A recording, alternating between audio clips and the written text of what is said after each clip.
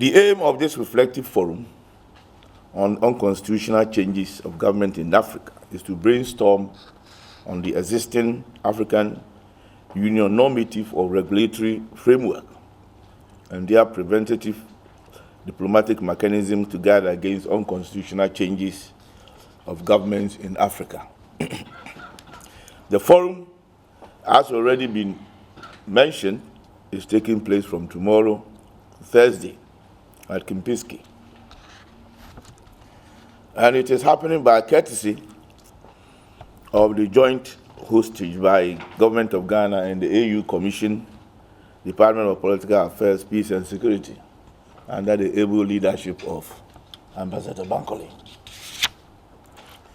It is as a result of recent threats of democratization in the West Africa sub-region through various coups d'etats in Mali, Guinea, Burkina Faso, and the failed attempt in Cape Verde. Ghana, as the chair of ECOWAS, thought it wise and prudent to collaborate with the AU in discussing the challenges and threats of these developments. The high-level forum will be a multi-stakeholder engagement that brings together representatives of AU member states, Peace and Security Council, relevant AU organs and institutions, regional economic communities, regional mechanisms, and civil society, including think tanks, academia, and professional organizations. The forum will deliberate and reshape strategies to promote constitutionalism and rule of law towards entrenching democracy and inclusive governance for the enhancement of peace, security, and stability in Africa. In a reflective manner, it will take a look at the constitutive acts amended in January 2007 at Addis Ababa, Ethiopia, a catalyst for building a culture of peace and political stability in Africa. The forum will explore the issues in the Constitutive Act and critically assess its relevance for the process of democratization in Africa, taking into consideration the dynamics in the political atmosphere in the continent.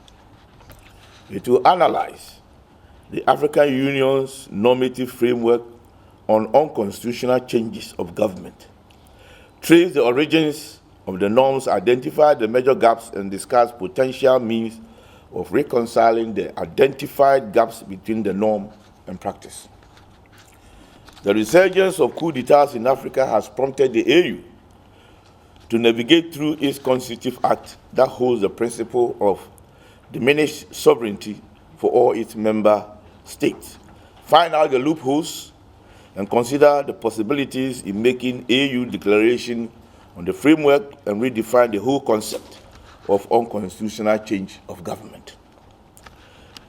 To critically look at a military coup d'etat against democratically elected government, intervention by mercenaries to replace democratically elected government, and when we hear mercenaries getting involved, then it means we are getting into very serious waters.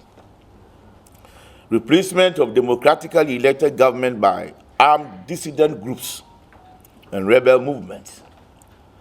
The refusal by incumbent government to relinquish power to a winning party after free, fair, and regular election.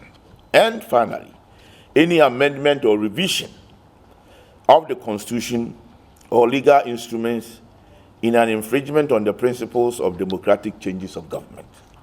The outcome of the forum is expected to feed into the upcoming AU Extraordinary Summit on Terrorism and Unconstitutional Changes of Government, scheduled to take place at the end of May in Malabo, Equatorial Guinea. In conclusion, the forum will further review the continuing relevance and effectiveness of various treaty-making frameworks at regional and continental levels, including the African Charter on Democracy, Elections, and Governance.